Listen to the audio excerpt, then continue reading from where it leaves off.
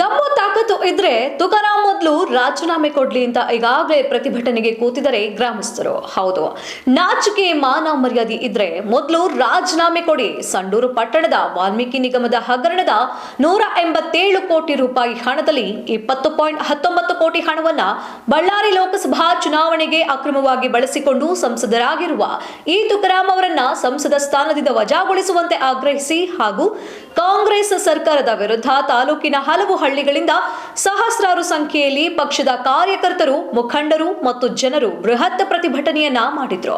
ಪ್ರತಿಭಟನೆಯು ಪಟ್ಟಣದ ಎಪಿಎಂಸಿ ಮಾರುಕಟ್ಟೆಯಿಂದ ಘೋಷಣೆಗಳನ್ನು ಕೂಗುತ್ತಾ ವಿಜಯ ಸರ್ಕಲ್ ಹತ್ತಿರ ಕೊನೆಗೊಂಡು ನಂತರ ವೇದಿಕೆ ಕಾರ್ಯಕ್ರಮ ನಡೆಯಿತು. ವಿಜಯ ಸರ್ಕಲ್ ಹತ್ತಿರ ತುಕಾರಾಂ ಅವರ ಪ್ರತಿಕೃತಿಯನ್ನ ದಹನ ಮಾಡಲು ಪೊಲೀಸರು ತಡೆಯೊಡ್ಡಿದ ಸಂದರ್ಭದಲ್ಲಿ ಕೆಲ ಕಾಲ ಪೊಲೀಸರು ಮತ್ತು ಸಾರ್ವಜನಿಕರ ಮಧ್ಯೆ ಕೆಲ ಹೊತ್ತು ಸಿನಿಮೆಯ ರೀತಿಯಲ್ಲಿ ತಳ್ಳಾಟ ನಡೆಯಿತು. ನಂತರ ಬಿ ಶ್ರೀರಾಮುಲು ಸೇರಿದಂತೆ ವಿಧಾನ ಪರಿಷತ್ ಸದಸ್ಯ ಅನಿಲ್ ಕುಮಾರ್, ಎಸ್ಪಿ ಮೋರ್ಚಾ ರಾಜ್ಯಾಧ್ಯಕ್ಷ Bangaru Hanumanthu, Govind Karjol, N Ravikumar, Y Devendrappa, KS Diwakar, GT Pampapati ಮಾತನಾಡಿದರು.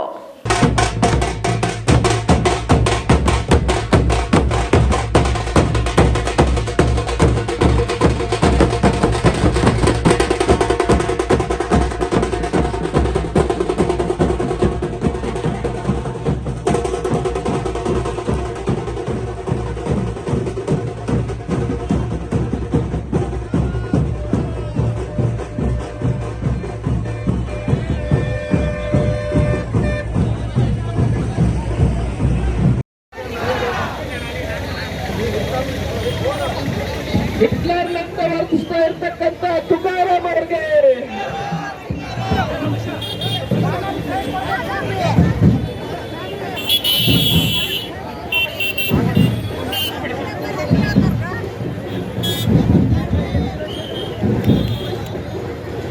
ರಾಷ್ಟ್ರ ಕಾಂಗ್ರೆಸ್ ಸರ್ಕಾರಕ್ಕೆ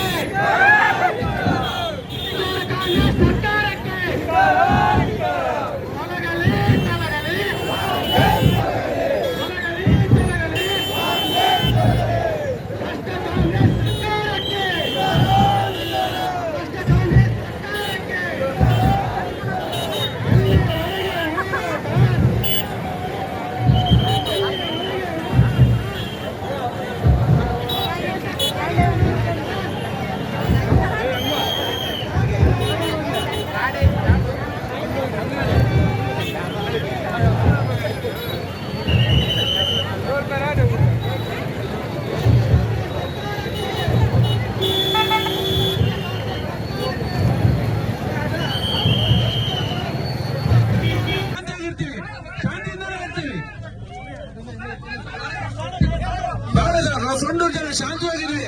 ಹೊರಗಡೆ ಬಂದು ಕೇಳುವಂತ ಪ್ರಶ್ನೆ ನಾವು ರಸ್ತೆ ಮಾಡಂತ ದಯಮಾಡಿ ಮಾಡ್ಬೇಡಿ ಸರ್. 5 ನಿಮಿಷ ದಯಮಾಡಿ ಶಾಂತಿ ಇದ್ಬಿಡಿ ಎಲ್ಲರ. 5 ನಿಮಿಷ ಸರ್.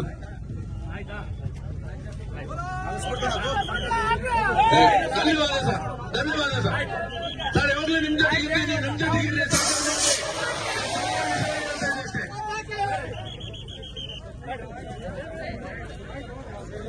ನನ್ನ ಕಾರ್ಯಕರ್ತರು ಬಂದ್ರೆ ದಯಮಾಡಿ ಯಶವಂತನಗರ ಕಡೆಗೆ ಹೋಗ್ತಕ್ಕಂಥ ಬಂಡ್ರೆ, ಸೋಲೂರು, ಬೊಮ್ಮಘಟ್ಟ, ದೇವಗಿರಿ ಭಾಗ ಹೋಗ್ತಕ್ಕಂಥ ಗಂಜಿ ಮಾರಮ್ಮನ ಹತ್ರ ಊಟದ ವ್ಯವಸ್ಥೆ ಮಾಡಿದೆ. ಅದೇ ರೀತಿಯಾಗಿ ಸಾರಾನಗರ ಸೈಡ್ ಹೋಗ್ತಕ್ಕಂಥ ಎಲ್ಲ ಈ ಭಾಗದ ಅಂತಾಪುರ, ಮೆಟ್ರಿಕಿ, ರಾಜಾಪುರ ಭಾಗಕ್ಕೆ ಹೋಗ್ತಕ್ಕಂಥ ಎಲ್ಲ ನನ್ನ ಕಾರ್ಯಕರ್ತರು ಗಂಡಿ ಬಸಪ್ಪನ ಹತ್ರ ಊಟ ಮಾಡಿ ಹೋಗ್ಬೇಕು. ಸ್ಥಳೀಯರು ನಿಮ್ಮ ನಿಮ್ಮ ಮನೆಗೆ ಹೋಗಿ ಊಟ ಮಾಡ್ಕೊಡ್ಬೇಕಾಗಿ ಕೇಳ್ತಾ ಇದ್ದೆ.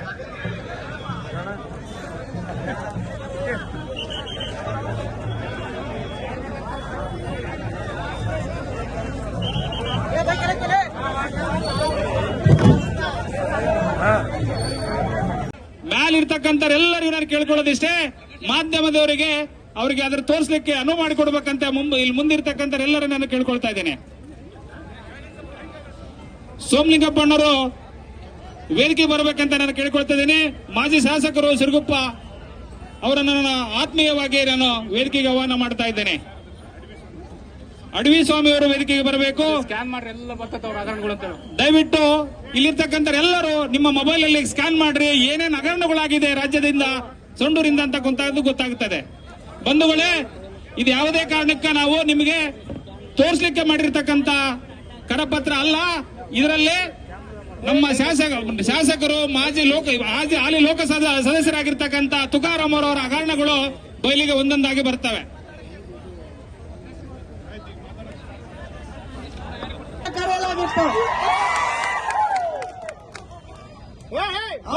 ರಾಜೀನಾಮೆ ಕೊಡೋದಕ್ಕೆ ಒತ್ತಾಯ ಮಾಡೋದಕ್ಕಿಂತ ಚುನಾವಣಾ ಆಯೋಗ ಮತ್ತು ಲೋಕಸಭೆಯ ಸ್ಪೀಕರ್ ಅವರು ಈ ಕ್ಷೇತ್ರದಿಂದ ಆಯ್ಕೆಯಾಗಿರುವಂತ ಲೋಕಸಭಾ ಸದಸ್ಯರಾಗಿರುವಂತ ತುಕಾರಾಂ ಅವರನ್ನ ಅನರ್ಹಗೊಳಿಸಬೇಕು, ಅವರನ್ನ ವಜಾ ಮಾಡಬೇಕು ಅನ್ನುವಂತ ಹೋರಾಟವನ್ನು ನಾವಿವತ್ತು ಮಾಡ್ತಾ ಇದ್ದೇವೆ. ಬಂಧುಗಳೇ, ಈ ಕ್ಷೇತ್ರದ ಶಾಸಕರಾಗಿ ಯಾವುದೇ ಅಭಿವೃದ್ಧಿ ಕೆಲಸಗಳನ್ನ ಮಾಡ್ತಾರೆ, 4 ಬಾರಿ ಶಾಸಕರಾಗಿದ್ರು ಕೂಡ ಸಂಡೂರಿನ ಅಭಿವೃದ್ಧಿ ಏನು ಮಾಡ್ದಲೆ ಇವತ್ತು ಅವರ ಪಕ್ಷ ಅವಕಾಶ ಮಾಡಿಕೊಟ್ಟಿದೆ ಅಂತ ಹೇಳಿ ಲೋಕಸಭೆಗೆ ಸ್ಪರ್ಧೆಯನ್ನ ಮಾಡಿ ಲೋಕಸಭೆಯನ್ನ ಅವರು ಗೆದ್ದು ಲೋಕಸಭಾ ಸದಸ್ಯರಾಗಿದ್ದಾರೆ. ಆದ್ರೆ ಅವರು ನಿಜವಾಗ್ಲೂ ಗೆದ್ದಿದಾರ? ಅವರು ಪ್ರಾಮಾಣಿಕವಾಗಿ ಗೆದ್ದಿಲ್ಲ, ಅವರು ಮೋಸದಿಂದ ಗೆದ್ದಿದ್ದಾರೆ. ಬಳ್ಳಾರಿ ಜಿಲ್ಲೆಯ ಸಂಡೂರಿನ ಪ್ರತಿಯೊಬ್ಬ ವಾಲ್ಮೀಕಿ ಸಮಾಜದ ಮನೆಗೆ ತಲುಪಬೇಕಾದಂತ ಹಣವನ್ನು ಅಕ್ರಮವಾಗಿ ಕೊಟ್ಟು ಅವರು ಗೆದ್ದಿದ್ದಾರೆ. ಹಾಗಾಗಿ ಅವರನ್ನ ವಜಾ ಮಾಡಬೇಕು ಅಂತೇಳಿ ಇವತ್ತು ನಮ್ಮ ನಾಯಕರು ಒತ್ತಾಯ ಮಾಡೋದಕ್ಕೋಸ್ಕರ ಬಂದಿದ್ದಾರೆ. ಅವರು ಲೋಕಸಭೆಯಲ್ಲಿ 1 ನಿಮಿಷನೂ ಕೂಡ ಅವರಿಗೆ ಕೂರಕ್ಕೆ ನೈತಿಕವಾದಂತ ಹಕ್ಕಿಲ್ಲ. ತುಕಾರಾಂ ಅವರೇ ಲೋಕಸಭೆಯಿಂದ ಹೊರಗೆ ಬನ್ನಿ ಎನ್ನುವಂತ ಮಾಡ್ತಾ ಇದ್ದೇವೆ. ಬಡವರಿಗೆ ಕೊಡಬೇಕಾಗಿರುವಂತ ವಾಲ್ಮೀಕಿ ನಿಗಮದ ಹಣ ತನಿಖೆ ಮಾಡಿದಂತ ಸಂದರ್ಭದಲ್ಲಿ, ಇಡಿ ತನಿಖೆ ಮಾಡಿದಂತ ಸಂದರ್ಭದಲ್ಲಿ, ಸಿಬಿಐ ತನಿಖೆ ಮಾಡಿದಂತ ಸಂದರ್ಭದಲ್ಲಿ ಜಗತ್ ಜಾಹೀರಾಗಿದೆ. 20 ಕೋಟಿ ಹಣವನ್ನ ಬಳ್ಳಾರಿ ಲೋಕಸಭೆ ಚುನಾವಣೆಗೆ ಬಳಸಿದ್ದಾರೆ ಅನ್ನುವಂಥದ್ದು ಸಿಬಿಐ ವರದಿಯಲ್ಲಿ ಕೊಳ್ಳಲಾಗಿದೆ. ಆ ಕ್ಷಣಕ್ಕೆ ತುಕಾರಾಂ ಅವರು ರಾಜೀನಾಮೆ ಕೊಟ್ಟು ಹೊರಗಡೆ ಬರಬೇಕಾಗಿತ್ತು. ಆದರೆ ನಾಚಿಕೆಗೆಟ್ಟ ಕಾಂಗ್ರೆಸ್ ಪಕ್ಷ, ನಾಚಿಕೆಗೆಟ್ಟ ಈ ಲೋಕಸಭಾ ಸದಸ್ಯರು ಬಡವರ ಹಣದ ಮೇಲೆ ಚುನಾವಣೆಯನ್ನ ಮಾಡಿ ಗಟ್ಟಿಯಾಗಿ ಆ ಸ್ಥಾನದಲ್ಲಿ ಕೂತಿದ್ದಾರೆ. ಇವತ್ತು ನಾವು ಒತ್ತಾಯ ಮಾಡ್ತಾ ಇದ್ದೇವೆ.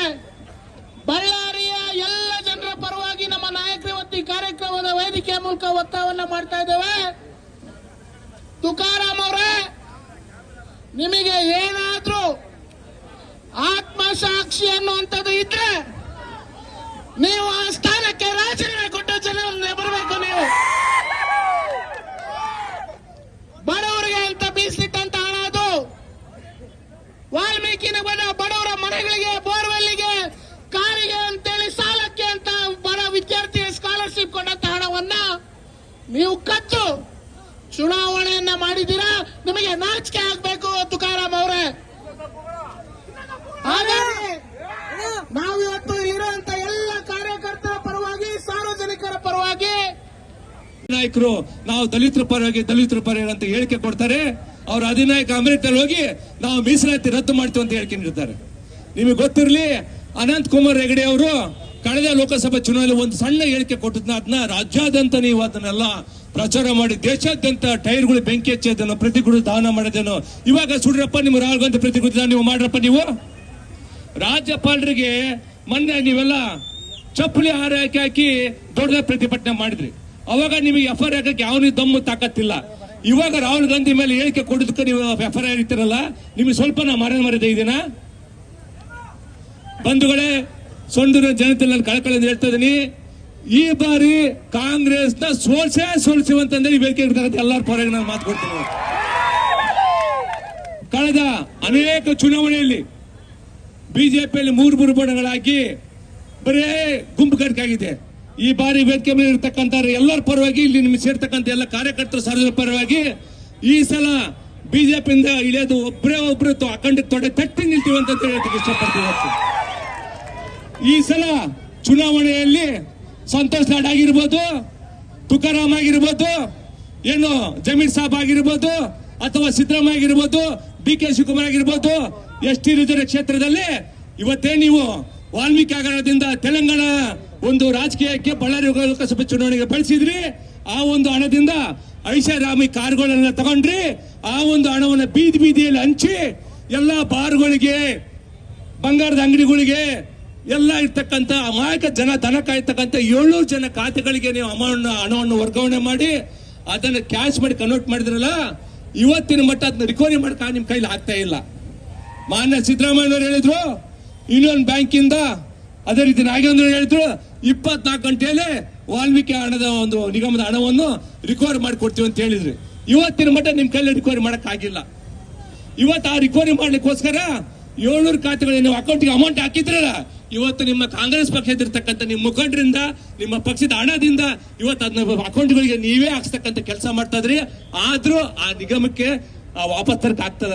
ಯಾಕಪ್ಪ ಅಂತಂದ್ರೆ ED ಅವರು CBI ಅವರು ಅಲ್ಲಿ ತನಿಖೆ ಮಾಡ್ತಾರಲ್ಲಪ್ಪ, ಅದೇ ಉದ್ದೇಶಕ್ಕೆ ನಿಮಗೆ ತರಕ್ ಆಗ್ತಾ ಇಲ್ಲ.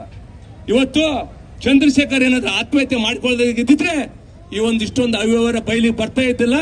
ನಮ್ಮ ಸಮಾಜಕ್ಕೆ ಇವತ್ತು ನಿಮ್ಗೆಲ್ಲ ಗೊತ್ತಿರ್ಲಿ, ವಾಲ್ಮೀಕಿ ಒಂದು ಜಯಂತಿ ಮಾಡಿದ್ದು ಯಾವ ಸರ್ಕಾರ? ವಾಲ್ಮೀಕಿ ಭವನ, ಅಂಬೇಡ್ಕರ್ ಭವನ ನಿರ್ಮಾಣ ಮಾಡಿದ್ದು ಯಾವ ಸರ್ಕಾರ? ಇವತ್ತು ಮೀಸಲಾತಿಯನ್ನು ನೀಡಿದ್ದು ಯಾವ ಸರ್ಕಾರ? ಇವತ್ತು ಮೀಸಲಾತಿ ನೀಡಿದ್ದು ನಮ್ಮ ಬಸವರಾಜ ಬೊಮ್ಮೆಯವರು, ನಮ್ಮ ರಾಮಲಣ್ಣನವರು, ನಮ್ಮ ಯಡಿಯೂರಪ್ಪನವರು ಕೊಟ್ಟಿರ್ತಕ್ಕಂಥ, ನರೇಂದ್ರ ಮೋದಿ ಕೊಟ್ಟಿರ್ತಕ್ಕಂಥ ಮೀಸಲಾತಿ. ಇವತ್ತು ನಿಮ್ಮ ಕೊಡುಗೆ, ನಮ್ಮ SC ST ಗಳಿಗೆ ನಿಮ್ಮ ಕೊಡುಗೆ ಏನಪ್ಪ?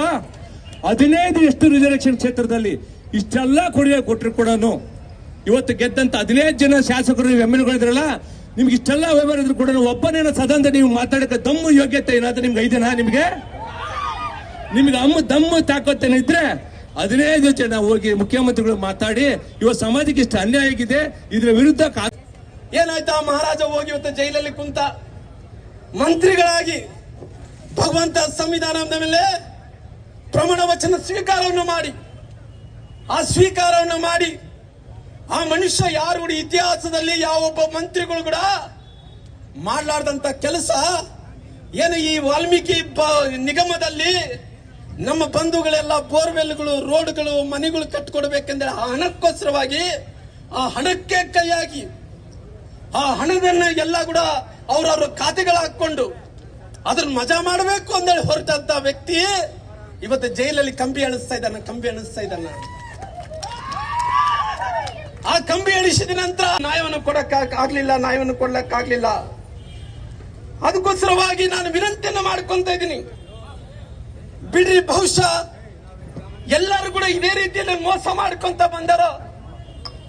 ಬಹುಶಃ ನೀವೆಲ್ಲರೂ ಕೂಡ ನೋಡಿರ್ಬೋದು, ಶ್ರೀರಾಮನಂತ ವ್ಯಕ್ತಿ ಕಳೆದ ಲೋಕಸಭೆ ಚುನಾವಣೆಯಲ್ಲಿ ಸೋತೋದೆ.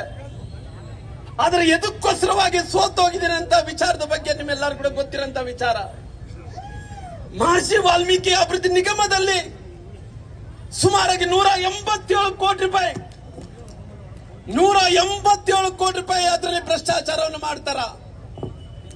ಆ ಭ್ರಷ್ಟಾಚಾರವನ್ನು ಮಾಡಿ ಎಲ್ಲಿ ಬಳಕೆ ಮಾಡ್ತಾರಂದ್ರೆಗಿನ ಅವ್ರು ಎಲ್ಲೋ ಒಂದ್ ಕಡೆ SITಯಲ್ಲಿ ಯಾರು ಅಲ್ಲಿ ಬಳ್ಳಾರಿ ಜಿಲ್ಲಾ ಉಸ್ತುವಾರಿ ಮಂತ್ರಿಗಳಂತ ನಾಗೇಂದ್ರ ಅವರು ಕಳೆದ ವಿಧಾನಸಭಾ ಚುನಾವಣೆ ನನ್ನ ಮೇಲೆ ಗೆದ್ರು ನಂತರ ಅವ್ರು ಮಂತ್ರಿ ಆದ ರಾಮ್ಲೋ ಮೇಲೆ ಗೆದ್ದಾರೆ ಅಂದ್ರೆ ದೊಡ್ಡ ವ್ಯಕ್ತಿ ಆದಂತಲ್ಲ. ಅವ್ರು ಏನ್ ಅನ್ಕೊಂಡ್ರು, ರಾಮ್ಲೋ ಅವರಿಗೆ ರಾಜ್ಯದ ನಾಯಕ ಅಂದ್ರೆ ಈಗ ದೊಡ್ಡ ನಾಯಕ ಆಗ್ಬೇಕಂದ್ರೆ ನಾಗೇಂದ್ರ ಅವ್ರು ಹೊರಟರು. ಆದ್ರೆ ಗೆದ್ದ ನಂತರ ಅವರು ಸರ್ಕಾರಗಳು ಅಷ್ಟೇ ಆದ್ಯತೆಯನ್ನು ಕೊಟ್ಟವರು ಮಂತ್ರಿಗಳಾಗಿ ಮಾಡಿದ್ರು. ನಾನು ಬಹಳಷ್ಟು ಸಾರಿ ನಾನು ವಿಚಾರವನ್ನು ಮಾಡ್ತಾ ಇದ್ದೀನಿ, ಯೋಚನೆ ಮಾಡ್ತಾ ಇದ್ದೀನಿ. ನಾಗೇಂದ್ರ ಅವರು ಗೆದ್ದ ನಂತರ ಮಂತ್ರಿಗಳಾದ ನಂತರ ಅವ್ರಿಗೆ 2 ಕೊಂಬುಗಳು ಬಂದು, ಏನ್ ಕೊಂಬುಗಳು ಬಂದ್ರು, ನಾನು ರಾಮ್ಲ ಮೇಲೆ ಗೆದ್ದೀನಿ. ರಾಮ್ಲ ಯಾರು? ಈ ರಾಜ್ಯದಲ್ಲಿ ಒಂದು ದೊಡ್ಡ ಸ್ಥಾನಕ್ಕೆ ಹೋಗಂತ ವ್ಯಕ್ತಿನ ಅವನ ಮೇಲೆ ಗೆದ್ದಿನ ಅಂದ್ರೆ ನನ್ನ ಕೊಂಬುಗಳು ದೊಡ್ಡವಾಗಿ ಒಂದೇಳಿ ಆ ಕೊಂಬುಗಳನ್ನೆಲ್ಲ ಕೂಡ ಬಿಟ್ಕೊಂಡು ಅಡ್ಡಾಡಿದ್ರು. ಆದ್ರೆ ಗೊತ್ತಿಲ್ಲ ಕಥೆ ಏನನ್ನಂಥದ್ದು. ಒಂದು ಕಡೆ ಸಿಂಹ ಒಂದು ಆಕಳನ್ನು ಓಡಿಸ್ಕೊಂತ ಬರ್ತಿರ್ತತೆ. ಆಕಳನ್ನು ಓಡಿಸ್ಕೊಂತ ಬರ್ತಿದ್ರೆ ಆ ಸಿಂಹಕ್ಕೆ ಬೈಬಿದ್ದು ಆಕಳ ಗವಿದಲ್ಲಿ ಬಚ್ಚಿಕಂತದ್ದೆ. ಆ ಆಕಳ ಗವಿದಲ್ಲಿ ಬಚ್ಚಿಕೊಂಡಂತ ಟೈಮಲ್ಲಿ ಬೇರೆ ಬೇರೆ ಪ್ರಾಣಿಗಳು ಇರ್ತಾವಲ್ಲ, ಅವೆಲ್ಲರೂ ಕೂಡ ಸಣ್ಣ ಪ್ರಾಣಿಗಳು. ಆ ಪ್ರಾಣಿಗಳೆಲ್ಲ ಕೂಡ ಆಕಳ ಬಚ್ಚಿಕೊಂಡು ಬಂದಿದೆ ಇವತ್ತು ಹುಲಿಗೆ ಎದುರಿ. ಆ ಹುಲಿಗೆ ಎದುರಿದಂತ ಆಕಳನ್ನ ಇವಾಗೆ ಒಂದು ಗತಿ ಕಾಣಿಸ್ಬೇಕಂದೇಳಿ ಎಲ್ಲಾರು ಕೂಡ ಮೇಲೆ ಬೀಳ್ತಾರ. ಅದು ಆಕಳ ಏನ್ ಮಾಡ್ತದೆ, ಬಹಳ ಬುದ್ಧಿವಂತಿಕೆಯಿಂದ ಆಕಳ ಆ ಹುಲಿ ಹೋಗೋ ತನಕ ನಿಂತು, ಆಮೇಲೆ ಹುಲಿ ಹೋದ ಮೇಲೆ ಎಲ್ಲ ಹಾಕಲು ಈ ಬೇರೆ ಬೇರೆ ಪ್ರಾಣಿಗಳೆಲ್ಲ ತಿರುಗಿ ಬಿದ್ದವ್ರ ಮೇಲೆ ಬೀಳ್ತಿದ್ರು. ಒಂದು 2 ಕೊಂಬದಿಂದ ತಿವಿದ್ರೆ ಎಲ್ಲ ಪ್ರಾಣಿಗಳು ಸತ್ತೋದು ಅನ್ನೋಂಥದ್ದು ಕಥೆಯನ್ನು ನಾವು ಅರ್ಥ ಮಾಡ್ಕೋಬೇಕಾಗಿದೆ. ಬಹುಶಃ ಇದೆಲ್ಲ ಕೂಡ ಕಾಲಕರ್ಮ. ಹಂಗಾಗಿ ಅವಕಾಶ ಬಂದಂತ ಟೈಮಲ್ಲಿ ಖಂಡಿತವಾಗಿ ಇವರಿಗೆಲ್ಲ ಎಸ್ಸಿ ರೊಕ್ಕನ ತಿನ್ಬೇಕು ಅಂತ ಎಷ್ಟು ವರ್ಷದಿಂದ ಇವರು ಮಸಳತ್ತು ಮಾಡಿದ್ರು. ಇವು ತುಕಾರಾಮ, ಈ ಕಾಂಗ್ರೆಸ್ ಸರ್ಕಾರ. ದಯಮಾಡಿ ನಿಮಗೆ ಅರಿಕೆ ಮಾಡ್ತಾನೆ, ಮುಂದೆ ಐತಿ ನೀವು ಮಾಲಕರು, ಈ ತಾಲೂಕಿನ ಮಾಲಕರು 4 ಸರ್ತಿಗೆ ಸೇರಿ ಆತನ್ನ ಈ ಸಾರಿ ವೇದಿಕೆ ಮೇಲೆ ಇರ್ತಕ್ಕಂಥ ಯಾರಿಗೆ ಕೊಡ್ಲಿ, ಒಮ್ಮತದ ಅಭ್ಯರ್ಥಿ ಡೆಲ್ಲಿಯಿಂದ ಬೆಂಗಳೂರಿಂದ ಬಿಜೆಪಿ ಕಮಲದ ಗುರುತು ಕೊಡ್ತಾರ, ಅವರಿಗೆ ನೀವೆಲ್ಲರೂ ಆಶೀರ್ವಾದ ಮಾಡಿ ಗೆಲ್ಲಿಸ್ರಿ. ಈ ಭಾಗದ ಕೆಲಸ, ಅಭಿವೃದ್ಧಿ, ಬಡವರ ಕೆಲಸ ಮಾಡ್ಲಿಕ್ಕೆ ತಾವೆಲ್ಲರೂ ಆಶೀರ್ವಾದ ಮಾಡ್ರಿ ಅಂತ ಹೇಳಿ, ವೇದಿಕೆಯಲ್ಲಿ ನಮ್ಮ ಶ್ರೀರಾಮುಲು ಸಾಹೇಬರು ಅದಾರ, ಇನ್ನು ಅನೇಕ ನಮ್ಮ ಪಕ್ಷದ ಮುಖಂಡರು ಅದಾರ, ಎಲ್ಲರೂ ಮಾತಾಡಬೇಕು. ನನಗೆ ಮಾತಾಡ್ಲಿಕ್ಕೆ ಅವಕಾಶ ಮಾಡಿ ಬಯಲಾಗಿದೆ ಅಂತೇಳಿ ನಾವೆಲ್ಲರೂ ಕೂಡ ತಿಳ್ಕೊಂಡಿವಿ. ಯಾಕಂದ್ರೆ ಗೋವಿಂದ ಕಾರಜೋಳ ಅವರು ಮಾತಾಡುವಂತ ಸಂದರ್ಭದಲ್ಲಿ ಹೇಳಿದ್ರು, ಈ ದೇಶದ ಮೊದಲನೇ ಪ್ರಧಾನಮಂತ್ರಿಗಳಾದಂತ ಪಂಡಿತ್ ಜವಾಹರ್ಲಾಲ್ ನೆಹರು ಅವರಿಂದ ಹಿಡ್ಕೊಂಡು ಇಂದಿರಾ ಗಾಂಧಿ ಅವರು, ರಾಜೀವ್ ಗಾಂಧಿ ಅವರು, ನಂತರ ರಾಹುಲ್ ಗಾಂಧಿ ತನಕ ನೋಡಿದ್ರೆ ಅವರು DNA ಪ್ರಾಬ್ಲಮ್ ಏನಂದ್ರೆ, ಇಷ್ಟು ವರ್ಷಗಳ ಕಾಲ ಪರಿಶಿಷ್ಟ ಜಾತಿ ಪರಿಶಿಷ್ಟ ಪಂಗಡಗಳ ಹಿಂದುಳಿದಂತಹ ಜಾತಿಗಳನ್ನು ವಿರುದ್ಧವನ್ನು ಮಾಡ್ಕೊಂತಾನೆ ಅವ್ರ ರಾಜಕಾರಣವನ್ನು ಮಾಡ್ಕೊಂತ ಬಂದಾರ. ಅವ್ರದ್ದು ಯಾವ ಸಂಸ್ಕೃತಿ? ಬ್ರಿಟಿಷರ ಸಂಸ್ಕೃತಿ. ಆ ಬ್ರಿಟಿಷ್ ಸಂಸ್ಕೃತಿಯಿಂದ ಮೇಲೆ ಬಂದಂತವರು ಇವತ್ತು ಕಾಂಗ್ರೆಸ್ ಪಕ್ಷದ ನಾಯಕರಾದಂತಹ ರಾಹುಲ್ ಗಾಂಧಿ ಅವರು. ನಾವೆಲ್ಲರೂ ಕೂಡ ನೋಡ್ತಾ ಇದ್ವಿ, ಲೋಕಸಭೆ ಚುನಾವಣೆಯಲ್ಲಿ ಪ್ರಚಾರದಲ್ಲಿ ರಾಹುಲ್ ಗಾಂಧಿ ಅವರು ಸಂವಿಧಾನ ಪುಸ್ತಕವನ್ನು ಹಿಡ್ಕೊಂಡಿದ್ರು. ಅವರು ಸಂವಿಧಾನ ಪುಸ್ತಕವನ್ನು ಹಿಡ್ಕೊಂಡು ಸಂವಿಧಾನನ ಉಳಿಸ್ರಿ, ಸಂವಿಧಾನವನ್ನು ಎಲ್ಲ ಒಂದು ಕಡೆ ಅದನ್ನು ಮಾಚಲಾರ್ದಂತ ನೋಡ್ಕೊಳ್ರಿ ಅಂದೇಳಿ ಪ್ರತಿಯೊಂದು ಭಾಷಣದಲ್ಲಿ ಅವರು ರಾಹುಲ್ ಗಾಂಧಿ ಅವರು ಹೇಳ್ಕೊಂತ ಬರ್ತಾ ಇದ್ರು. ರೋಡಲ್ಲಿ ಹೋದ್ರೆ ಸಂವಿಧಾನ ಪುಸ್ತಕ ನೋಡ್ಸೋದು, ಎಲ್ಲಿ ಓಡಿದ್ರು ಕೂಡ ಸಂವಿಧಾನ ಪುಸ್ತಕ ನೋಡ್ಸೋದು, ಬಾಬಾ ಸಾಹೇಬ್ ಅಂಬೇಡ್ಕರ್ ಅವ್ರನ್ನ ನೋಡ್ಸೋದು, ನೀವೆಲ್ಲರೂ ಕೂಡ ನಮ್ಮ ಜೊತೆಲಿ ಇರಬೇಕು, ಭಾರತೀಯ ಜನತಾ ಪಾರ್ಟಿ ಸಂವಿಧಾನ ರಕ್ಷಣೆ ಮಾಡ್ತಾ ಇಲ್ಲ, ನಾವು ಉಳಿಸಂತ ಕೆಲಸ ಮಾಡ್ತೀವಿ, ರಕ್ಷಣೆ ಮಾಡ್ತೀವಿ ಅಂತೇಳಿ ಹೇಳ್ಕೊಂತ ಬಂತು. ಆದ್ರೆ ಏನಾಯ್ತು ಇವತ್ತು? ರಾಹುಲ್ ಗಾಂಧಿ ಅವರು ಎಲ್ಲ ಅಮೆರಿಕದಲ್ಲಿ ಹೋಗಿ ಅವ್ರು ಹೇಳಿದ್ರು, DNA ಪ್ರಾಬ್ಲಮ್ ಇದೆ, ಏನ್ ಮಾಡಕ್ಕಾಗಲ್ಲ. ನಾವು ಎಷ್ಟೇ ಜನರು ಬಾಬಾ ಸಾಹೇಬ್ ಅಂಬೇಡ್ಕರ್ ಅವ್ರಿಗೆ ಮೋಸ ಮಾಡಿದ್ರು. ಬಾಬಾ ಸಾಹೇಬ್ ಅಂಬೇಡ್ಕರ್ ಅವರು ಈ ದೇಶಕ್ಕೆ ಸಂವಿಧಾನವನ್ನು ಬರೆದ್ರು. ಆ ಸಂವಿಧಾನ ಎತ್ತಿಡಿ ಅಂತ ಕೆಲಸ ವಿಶ್ವನೇ ಇದ್ದಂತ ಎಲ್ಲ ಜನಾಂಗದವರು ಮಾಡಿದ್ರು. ಆದ್ರೆ ಬಾಬಾ ಸಾಹೇಬ್ ಅಂಬೇಡ್ಕರ್ ಅವ್ರನ್ನ ಸೋಲಿಸಿ ಅವರು ಸತ್ತಂತ ಟೈಮಲ್ಲಿ, ಅವರು ಮರಣ ಹೊಂದಿದಂತ ಟೈಮಲ್ಲಿ ಆ 3 ಅಡಿ 6 ಅಡಿ ಜಾಗ ಕೊಡಂದ್ರೆ ಈಗ ಕಾಂಗ್ರೆಸ್ಸಿನ ನಾಯಕರು ಯಾರು ಕೂಡ ಕೊಟ್ಟಿಲ್ಲ ಅನ್ನಂಥದ್ದು ಕೂಡ ನಾವೆಲ್ಲರೂ ಕೂಡ ನೆನಪು ಮಾಡ್ಕೋಬೇಕು. ಬಾಬಾ ಸಾಹೇಬ್ ಅಂಬೇಡ್ಕರ್ ಚುನಾವಣೆಯಲ್ಲಿ ನಿಲ್ಲಿಸಿ, ಅವ್ರ ಮನೆಯಲ್ಲಿದ್ದಂತ ಒಬ್ಬ ಕೆಲಸಗಾರರನ್ನು ನಿಲ್ಲಿಸಿ ಸೋಲ್ಸಂತ ಕೆಲಸ ಅವತ್ತಿನ ಜವಾಹರ್ಲಾಲ್ ನೆಹರು, ಪಂಡಿತ್ ಜವಾಹರ್ಲಾಲ್ ನೆಹರು ಪ್ರಧಾನಮಂತ್ರಿಗಳು ಮಾಡ್ತಾರ. ಅವತ್ತಿನಿಂದ ಇವತ್ತಿನ ತನಕ ಕೂಡ ನಮ್ಮ ಹಿಂದುಳಿದಂತ ಸಮುದಾಯಗಳು, ಅದು ಪರಿಶಿಷ್ಟ ಜಾತಿ ಪರಿಶಿಷ್ಟ ಪಂಗಡಿಗೆ ಯಾವುದೇ ಸಮುದಾಯಗಳಾಗಿರ್ಬೋದು,